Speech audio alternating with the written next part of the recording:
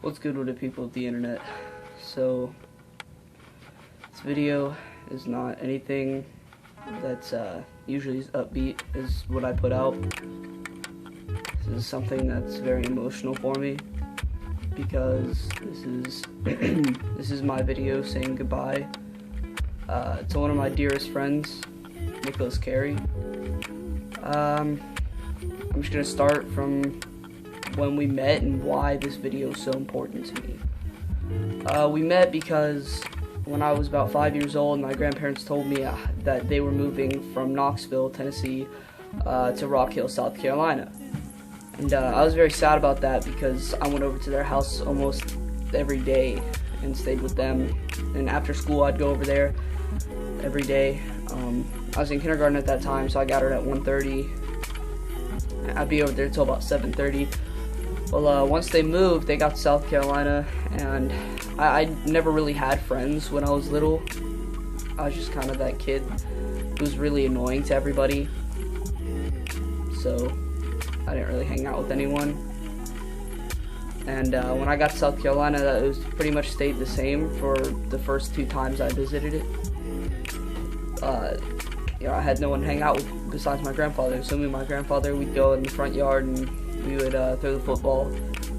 And then one day during the 4th of July, I met this one girl named Brittany, who was, I think she was about 14 at the time.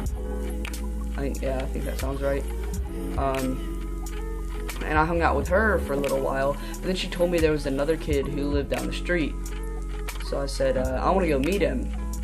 So I walked down to what's now one of my greatest friends, Nick. I walked down to his house with her, not even knowing who he was. And he was up on his front porch eating a popsicle with Mariah, which is his neighbor. I said hi. Nothing really happened at first, but then I don't know. I decided to go down to his house the next day after probably about 2 hours of arguing with my grandfather because I was scared to go down there. And I went and knocked on his door and we hung out, and that's just kind of where it started. And we hung out almost every day for that entire visit and became really good friends. So skipping to my next visit, it continued. We would always hang out, and then probably about my 3rd visit after meeting Nick, along came this kid named Evan who moved in next door to my grandparents. But he was my age. Nick's 2 years older than me, and I remember that because his birthday is September 9th, 1999. So Evan moved in, and I mean, we were all really good friends. And Nick and Evan were probably closer because obviously they lived together and they hung out all the time. But I was just really close to Nick because he's the only friend that I had stayed in contact with for a long period of time, because in Tennessee I had moved, I think, I already moved twice by this time. So I didn't have any friends that I just stayed in contact with on a daily basis because I'm like 8 years old now. So I meet Evan. He introduces me to this kid named Jack, and I kind of blew off Nick for that for an entire summer to hang out with Jack. And Jack's 1 year older than Nick, so he's 3 years older than me. And so I just thought it was the coolest thing because I'm 9 years old, about to be 10. I'm hanging out with this 13-year-old kid. It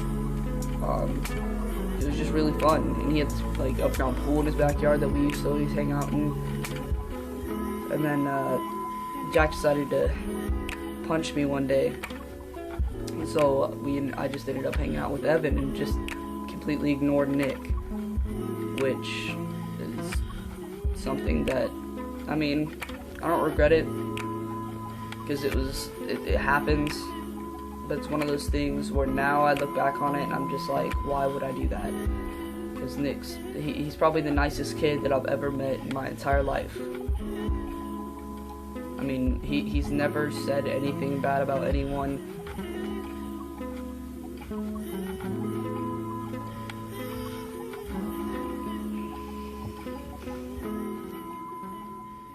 Sorry. Yeah, he's never really said anything bad about anyone. I don't think he's ever even touched anyone in our lives, but it eventually came to the point of where I started having to go to a summer camp because I couldn't, my grandfather wasn't off work, and we went to this summer camp that he introduced me to. It was called Thomas Gymnastics, and we went there together. And I remember there was this girl named Ariel that he was really interested in, and him and Ariel started dating, but I got really jealous and got pissed off and just started screaming at him and wouldn't hang out with him. And then he hated it so much because he just wants everyone to like him. And so he ended up breaking up with her and telling her how I felt, and then she ended up going out with me. And I think Nick was jealous. I still don't know, but something that he did for me that I'll never forget. It's really dumb though, because we're 9 and that's happening. Well, I was 9. So fast forward a little bit, and this is where me and Nick really started. We started getting into things. We started talking to each other. We started going out places, you know, Carowinds or Kate's skating rink, which we actually ended up getting kicked out of and never went back there again because they had one of those basketball machines, and me and him, there were like a bunch of basketballs on top, and it was broken, so they just rolled through. Or, well, the basketballs that were in the machine just rolled through, but then there were some on the net on top of it, and we were throwing the basketballs that would just roll through. We kept throwing them at the ones that were on top to try to bounce them off. Well, that ended up, like, you know I don't know if you have these at your school, but the tiles that you just push it up, it comes off. Well, that's what it was like at the skating rink. And we would hit the basketballs and the tiles popped up, and we ended up getting kicked out. So my grandfather drove us home, and we always talked about how things would go once Nick got his car, like how we would, you know, once he turned 16, which he is now, and he got a car, and how we'd have so much fun. But the reason I'm having to say goodbye is because, you know, I'm never going to see him again. My grandfather's retired.